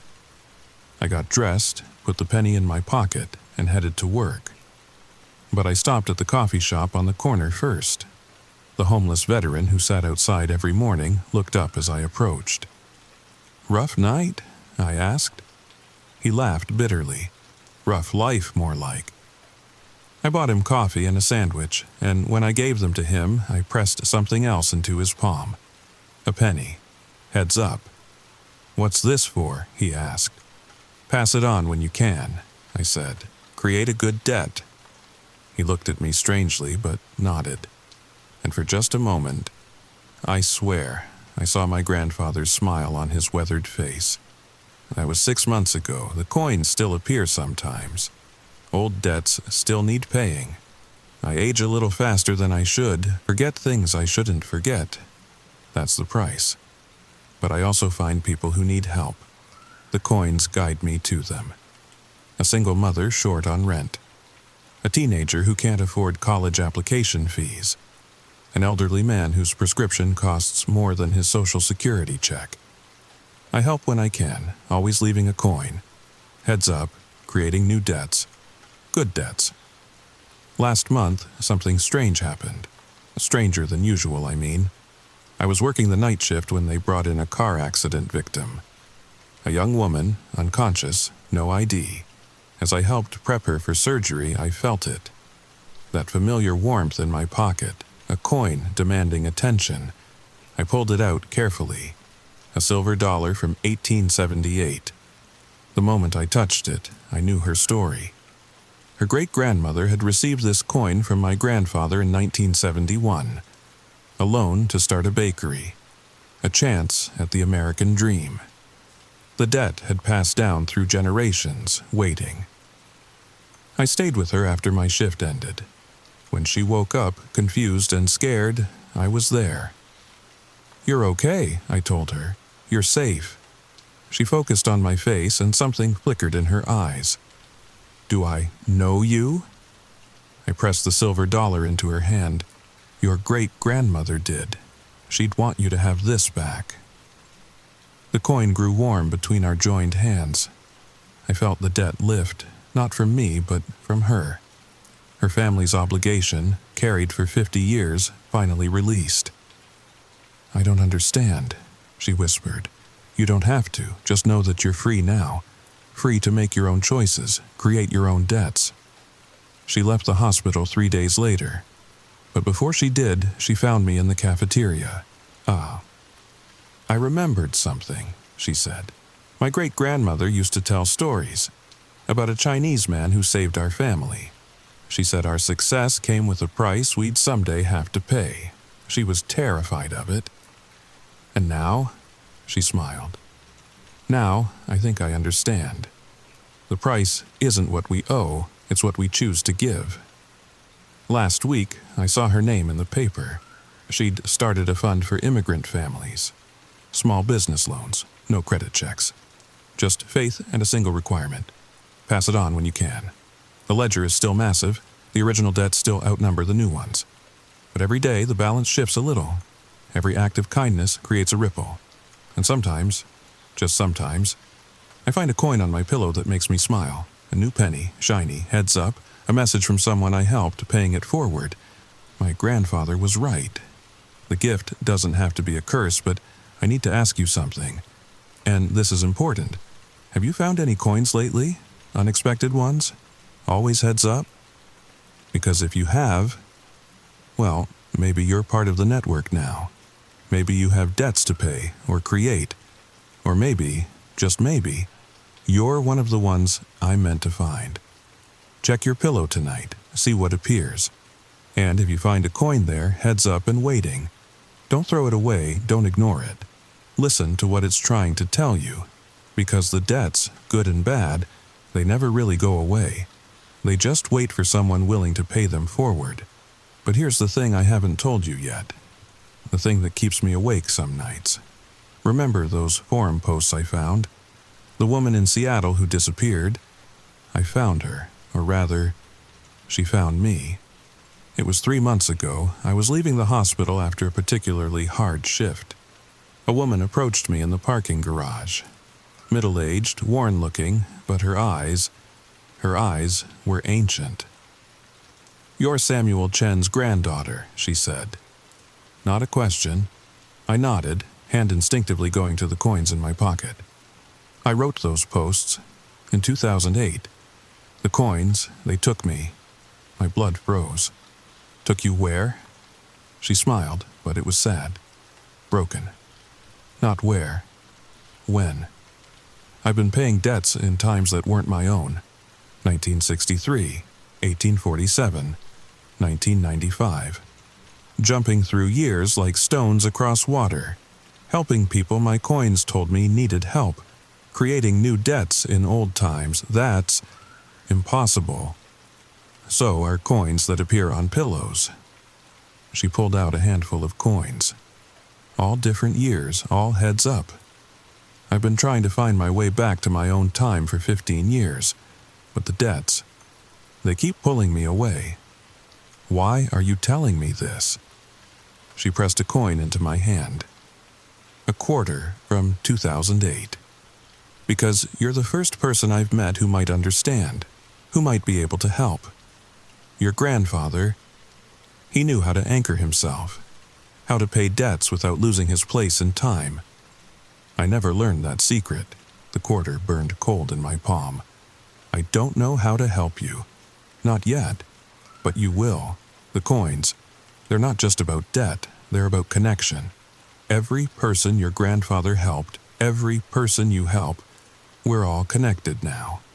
A network across time and space, and somewhere in that network is the answer. She started to fade, actually fade, like morning mist. Wait, I called out. How do I find you again? You don't, I'll find you, when it's time, when you're ready. Her voice was barely a whisper now. But Sarah, be careful. The more debts you pay, the thinner your anchor becomes. Don't let them pull you away like they did me. She vanished. Only the quarter remained, ice cold in my hand. I still have it. Sometimes I can feel her through it, jumping through time, paying debts, searching for home. And sometimes late at night, I feel my own anchor weakening. Feel the pull of other times, other places where debts wait to be paid. So I'm telling you this story, leaving it here, just in case I disappear too. Just in case someone needs to know what happened to Sarah Chen, the nurse who inherited her grandfather's gift and tried to make it right. The coins are calling again, stronger tonight. And there's one on my pillow I've never seen before. A coin that won't exist for another 30 years. I think tonight might be the night I learn what really happened to the woman from Seattle. Sweet dreams. And if you find a coin, remember my story. Remember that every debt connects us. And maybe, just maybe, you'll be the one who figures out how to bring us all home. Story number 4. The first time I heard it, I was lying in bed at 2:47 a.m., staring at the glowing red numbers on my alarm clock. That steady, rhythmic sound, like something massive breathing beneath the floorboards. Thump, thump, thump, thump, thump, thump. If you're listening to this right now, maybe in your own bed, I need you to do something for me. Turn off whatever else is making noise. Just listen. Really listen to your house. Because once you hear it, you can never unhear it. But wait, before I tell you what happened that night in my little bungalow in Cedar Falls, Iowa, I need you to understand something. Houses aren't just wood and nails and insulation. They're living things. And living things, well, they all have hearts, don't they? Hit that subscribe button if you want to hear more stories like this. Because trust me, after tonight, you're going to need them. You're going to need to know you're not alone. The story begins now. My name is Sarah Chen, and 3 months ago, I inherited my grandmother's house on Maple Street. It's one of those classic American homes. White siding, green shutters, wraparound porch with a creaky swing that sounds like old bones when the wind catches it just right. The kind of place where you'd expect to find apple pie cooling on the windowsill and kids playing in the sprinklers during summer. I moved in during October, right when the Iowa nights start getting that particular kind of cold that seeps through your skin and settles in your bones. The first few weeks were normal. Unpacking boxes, learning which floorboards groaned under my weight, figuring out that the hot water took exactly 43 seconds to reach the upstairs bathroom, but then the dreams started. I'd wake up in the middle of the night, sheets soaked with sweat, convinced that someone was standing at the foot of my bed. My heart would be racing, pounding so hard I could feel it in my throat, and that's when I'd hear it. this deep, resonant thumping that seemed to come from everywhere and nowhere at once. At first, I thought it was the old radiator system. You know how those vintage houses have all sorts of quirks: pipes that knock, floors that settle, walls that whisper secrets when the temperature changes. I even called a plumber. Nice guy named Rick who spent 3 hours checking every pipe in the house. "Everything looks good to me, ma'am," he said, wiping his hands on a rag that had seen better days. "These old houses, they just make noise sometimes. Character, my wife calls it." Character. Right. The sound always started around 2:30 a.m. Never earlier, never later. Just this steady thump, thump, thump, thump, like a giant's pulse echoing through the walls. I tried everything. White noise machines, earplugs, even sleeping downstairs on the couch with the TV on. But nothing could drown it out once it started. After 2 weeks of broken sleep, I decided to investigate. Armed with my phone's flashlight and a baseball bat I'd found in the hall closet, I crept down to the basement one night when the sound was particularly loud. The basement stairs were original to the house. Narrow, wooden steps that seemed designed to make as much noise as possible. Each step down felt like descending into something's throat. The air got thicker, warmer, which made no sense because basements are supposed to be cool, right? When I reached the bottom, the sound was deafening. Thump, thump, thump, thump, reverberating through the concrete floor and up through my bare feet. I swept my flashlight across the space, past Grandma's old Christmas decorations, past boxes labeled "Kitchen Fragile" in my hasty moving day handwriting, past the ancient furnace that looked like something out of a horror movie. And then I saw it. In the far corner, where the foundation met the earth, there was a crack. Not unusual in a house this old, except this crack was pulsing, expanding and contracting with each thunderous heartbeat. And through the gap, I could see something that made my blood turn to ice water. Flesh, pink, glistening flesh that looked exactly like the inside of a throat. I stumbled backward, nearly tripping over a box of old photo albums. The baseball bat clattered to the floor, the sound sharp and jarring against the rhythmic thumping. I ran. God, how I ran. Taking the stairs 3 at a time, not caring about the noise anymore. Back in my bedroom, I slammed the door and pushed my dresser in front of it, as if a piece of furniture could protect me from whatever was living inside my walls. I sat on my bed, knees pulled to my chest, and waited for morning. But here's the thing about fear. It's exhausting. Around 4 a.m., despite everything, I dozed off. And when I woke up to autumn sunlight streaming through my curtains, I almost convinced myself I'd imagined the whole thing. Stress from the move, grief from losing Grandma, lack of sleep playing tricks on my mind almost. Because when I went down to make coffee, there was dirt on the kitchen floor. A trail of it, leading from the basement door to the back entrance. And pressed into that dirt were footprints. But not human footprints. These were long, with too many joints, like fingers learning how to be feet. I called in sick to my job at the dental office and spent the day at the Cedar Falls Public Library. If you've never been to a small-town library, let me paint you a picture. It smells like old paper and lemon pledge, and the librarian knows everyone's business but pretends she doesn't. Mrs. Henderson had been running the place since before I was born, and her memory was better than any computer system. "Sarah Chen," she said, peering at me over her half-moon glasses. "I was wondering when you'd come in. How's the old Blackwood place treating you?" "The Blackwood place?" I frowned. "You mean my grandmother's house? Her name was Lou?" Mrs. Henderson's face did something complicated. A mix of sympathy and something else. Fear, maybe? "Oh, honey, your grandmother was a Lou, yes. But that house, that's always been the Blackwood place. Ever since 1889, she led me to the local history section, her sensible shoes clicking on the worn linoleum. The books she pulled were older than anything I'd seen outside a museum. leather-bound volumes that creaked when opened, pages yellow and brittle as autumn leaves.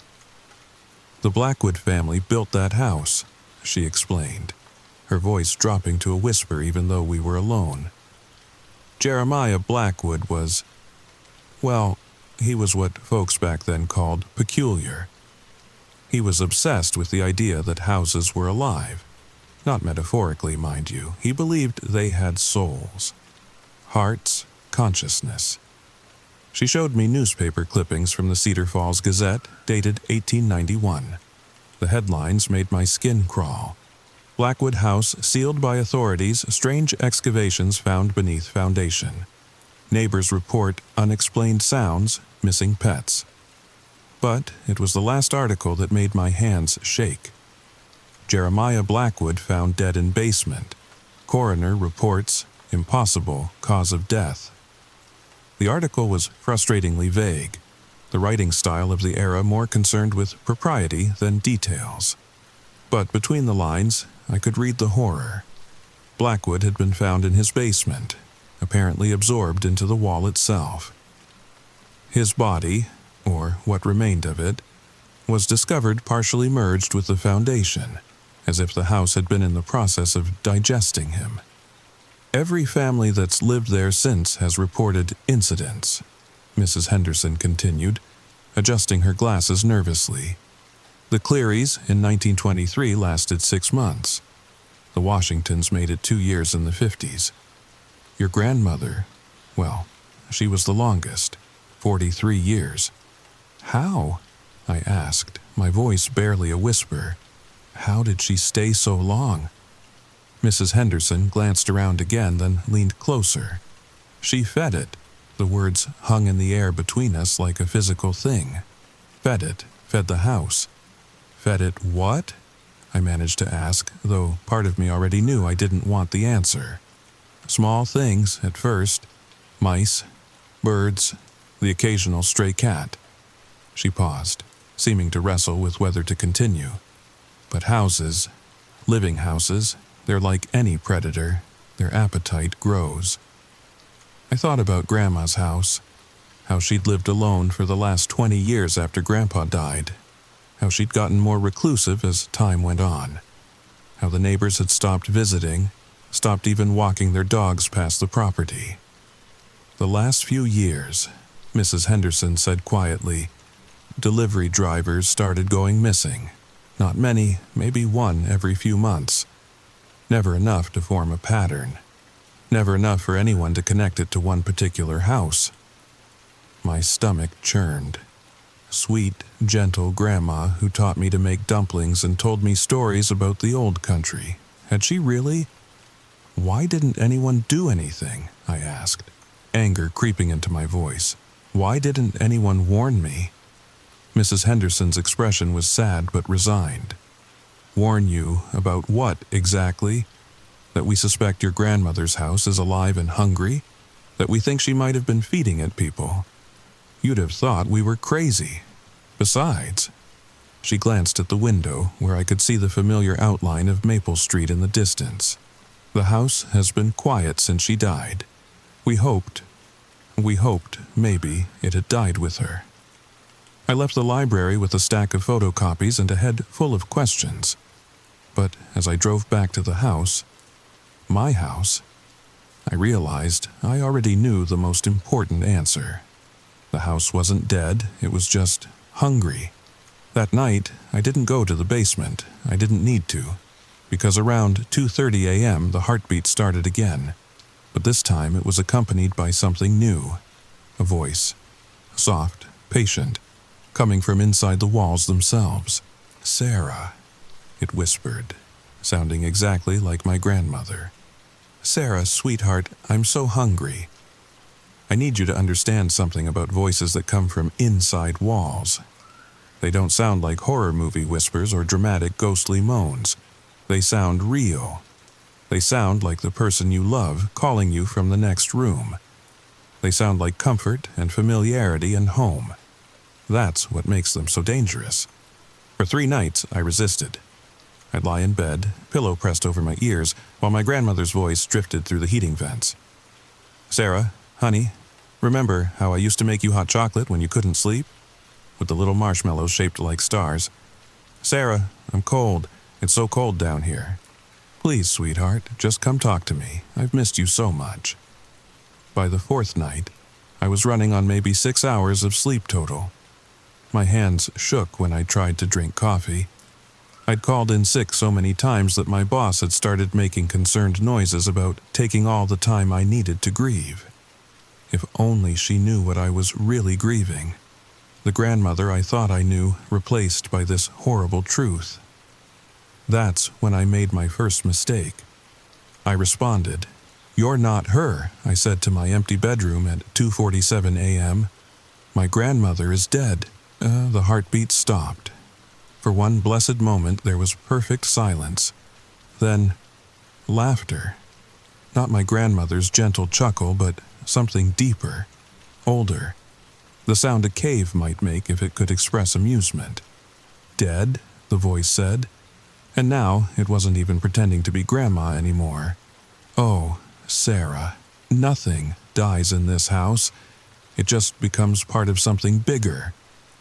The walls began to pulse visibly now, expanding and contracting with each beat. Pictures fell from their hooks.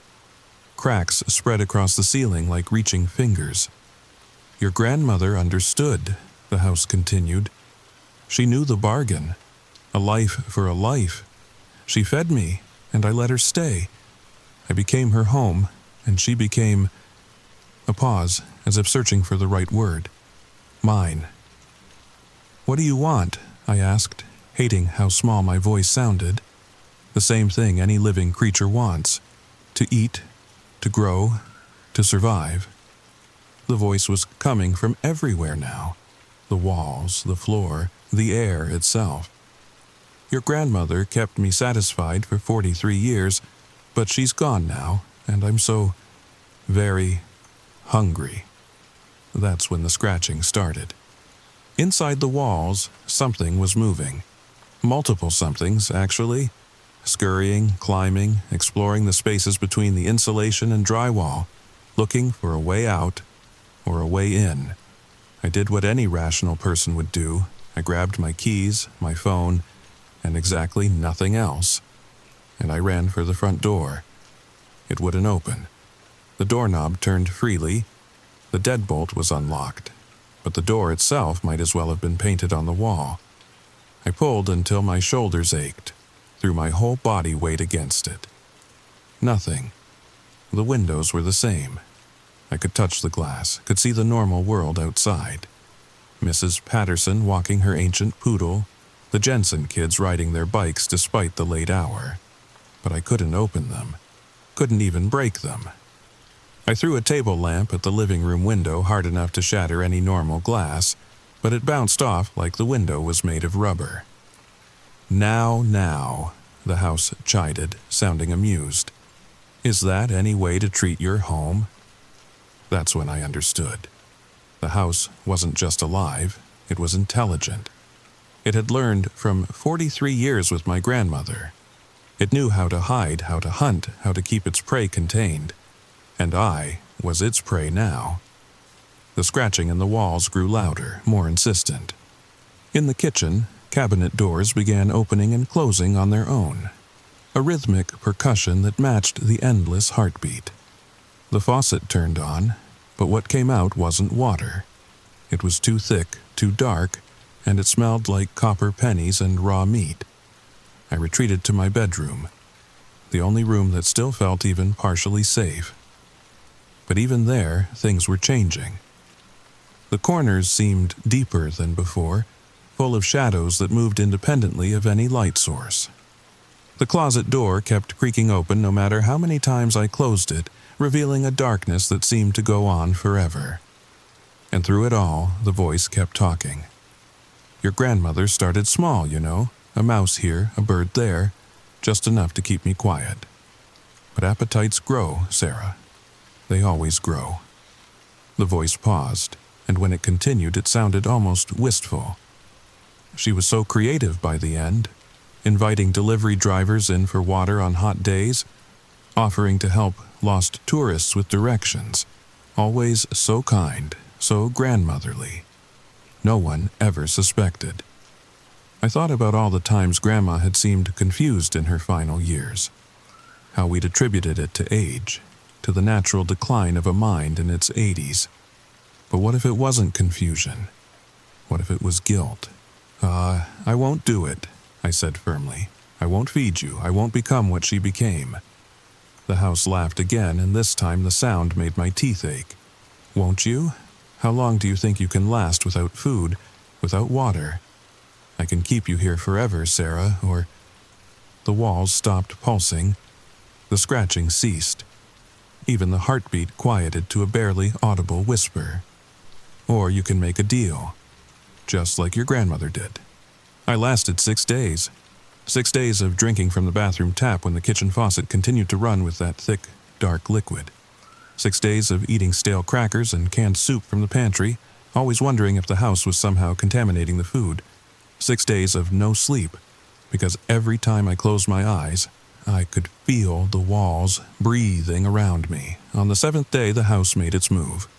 I woke up, if you can call it waking up when you haven't really slept, to find myself not in my bedroom, but in the basement. The concrete was warm beneath my bare feet, pulsing with that familiar heartbeat. The crack in the wall had widened, and through it I could see...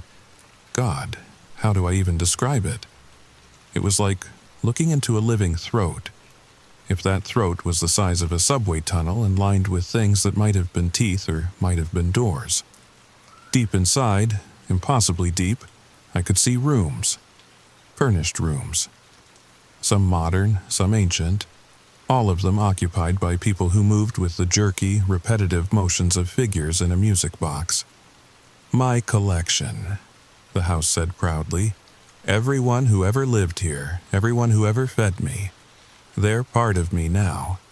Eternal, protected, loved. I saw my grandmother then. She was sitting in a recreation of her kitchen, eternally making dumplings. Her movements were smooth, practiced, but her eyes were aware. She looked up, looked straight at me, and mouthed a single word. Run. But there was nowhere to run. The house had made that clear. Here's my offer, the house continued. Feed me, and I'll let you leave. One person, Sarah, just one. Bring me one person and I'll release you. You can sell me, move away, never think about me again. And if I refuse, then you join my collection, right now, right here, your choice. And I thought about my life outside these walls, my job, my friends, my everyday existence that already felt like a fading dream. I thought about the missing delivery drivers, the neighbors who cross the street rather than walk past this house. I thought about my grandmother, trapped forever in a parody of life, and I made my choice. Okay, I whispered, one person, just one. The house practically purred with satisfaction. I knew you were smart, just like your grandmother. The basement stairs appeared beneath my feet, solid and real. I climbed them on shaking legs, emerged into a kitchen that suddenly looked normal again. Morning sunlight streamed through windows that opened easily when I tried them. The front door swung wide at my touch. I could leave. I could actually leave. But first, I had to feed the house. I won't tell you who I chose. That's between me, my conscience, and the therapist I'll probably need for the rest of my life. I'll only say this. Sometimes, when you're given an impossible choice, you find out what kind of person you really are. And sometimes, you don't like the answer. The person I brought back to the house went downstairs willingly enough. The house had taught me what to say, how to act, how to be kind and grandmotherly and trustworthy, how to be the last face someone sees before they become part of something ancient and hungry. When it was over, when the screaming stopped and the walls had finished their terrible swallowing, the house kept its promise. Every door opened for me. Every window yielded to my touch. I packed my things, loaded my car, and drove away without looking back. That was 3 weeks ago. I'm living in a studio apartment in Des Moines now. It's small and cramped and the neighbors are too loud, but the walls don't breathe. The floors don't pulse. When I lie in bed at night, the only heartbeat I hear is my own. But here's the thing. Here's the reason I'm telling you this story.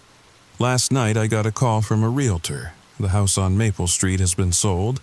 A young family from Chicago, she said. 2 kids, a dog, and another baby on the way. They fell in love with the place. Said it felt like home the moment they walked in. I tried to warn them, God, how I tried. But how do you explain that a house is alive and hungry? How do you tell someone that the charming vintage home they're buying will demand a blood sacrifice? You don't. You can't. They wouldn't believe you anyway. So, instead, I'm telling you, all of you, listening to this in the safety of your own beds, and I'm asking you to remember this story. Share it. Comment below if you've ever felt your house watching you, ever heard sounds that shouldn't be there. Subscribe to this channel because there are more stories like this, more warnings that need to be shared. Because houses like the one on Maple Street, they're not unique, they're just good at hiding. And now, as I lie here in my tiny apartment, I can't help but wonder, what exactly did I feed to that house? Was it just one person? Or was it my humanity, my ability to live with myself, my future? The heartbeat I hear now, is it really my own? Or is it an echo of something I can never escape? I guess I'll find out. But for now, for tonight, listen to your house. Really listen. And if you hear a heartbeat that isn't your own, run. Don't make the choice I made. Don't become what I became. Just run. Because some houses aren't meant to be homes. They're meant to be hunters. And hunters are always hungry. Sweet dreams. Wait, do you hear that? That sound, like breathing in the walls? That's probably just your imagination. Probably, but just in case, maybe check your basement tomorrow, in the daylight, with friends. And if you find a crack in the wall, a crack that seems to pulse with its own rhythm, don't look inside, trust me on that, just don't. Actually, there's one more thing I need to tell you, something I didn't mention before because I'm still trying to understand it myself. Remember how I said the house kept its promise? How it let me go after I fed it? Well, that's true. But houses like that, they don't just let you go, not really. They mark you somehow, change you in ways you don't realize until it's too late. I've been having dreams, not nightmares exactly, but dreams where I'm walking through houses I've never seen before. Empty houses, hungry houses, and in each dream I can hear them whispering to each other, comparing notes, sharing stories about the families who lived in them, who fed them, who became part of them. There's a network of them, these living houses, scattered across America like tumors in the suburbs. That Victorian in Portland where the Thompson family disappeared one by one. The ranch house in Tucson that's been for sale for 15 years because no one can stay there more than a week. The Colonial in Boston where they found those bones in the walls during renovation. Bones that were somehow still warm. They know each other. They remember, and now they know me. Last week I was looking for a new apartment. Something farther from Iowa, farther from that hungry house on Maple Street. The landlord of this nice place in Denver was showing me around, and everything seemed perfect. Good light, reasonable rent, quiet neighbors. But when we got to the basement, I heard it. Faint, but unmistakable. A heartbeat. The landlord must have seen something in my face because he quickly ushered me back upstairs, mumbling about how the basement was off limits anyway, storage only, nothing to worry about. But I knew, and somehow it knew that I knew. I didn't take the apartment, but as I was leaving, I swear I heard the walls sigh with disappointment. Or maybe it was relief, because houses like that, they don't want someone who knows their secret. They want innocence. They want ignorance. They want people who will explain away the sounds, rationalize the disappearances, make excuses for the hunger until it's too late. People like I used to be. So, here's my real warning. The one that keeps me up at night even in my tiny, definitely not alive apartment. Once you know about them, you can't unknow. Once you've heard a house's heartbeat, you'll hear it everywhere. In the settling of floorboards, in the hum of water pipes, in the whisper of air through vents. And maybe that's their real power. Not the eating, not the hunting, but the knowing that they're out there, waiting. Patient as only something made of wood and stone can be. The family that bought my grandmother's house, the Millers, I learned their name. They moved in 2 weeks ago. I've been watching the local news, checking the Cedar Falls Gazette online. So far, nothing. But these houses, they're smart. They know how to pace themselves, how to build trust before they reveal their true nature. I wonder if Mrs. Miller has heard the heartbeat yet. I wonder if their kids have noticed how their toys sometimes move on their own, pulled by invisible strings into the gaps between the walls. I wonder if their dog barks at empty corners, if it refuses to go into the basement. I wonder if they'll last longer than I did, but mostly late at night when I can't sleep, when every creak of my apartment sounds like breathing and every settling of the building feels like a pulse. I wonder about something else. What if I'm wrong about this apartment? What if there's no such thing as a house that isn't alive? What if they're all just sleeping, waiting for the right moment, the right family, the right hunger to wake them up? What if the only difference between a house and a home is how recently it's been fed? Sleep tight, everyone, and remember, if you hear your house's heartbeat tonight, you'll know what to do or what not to do. The choice, as always, is yours.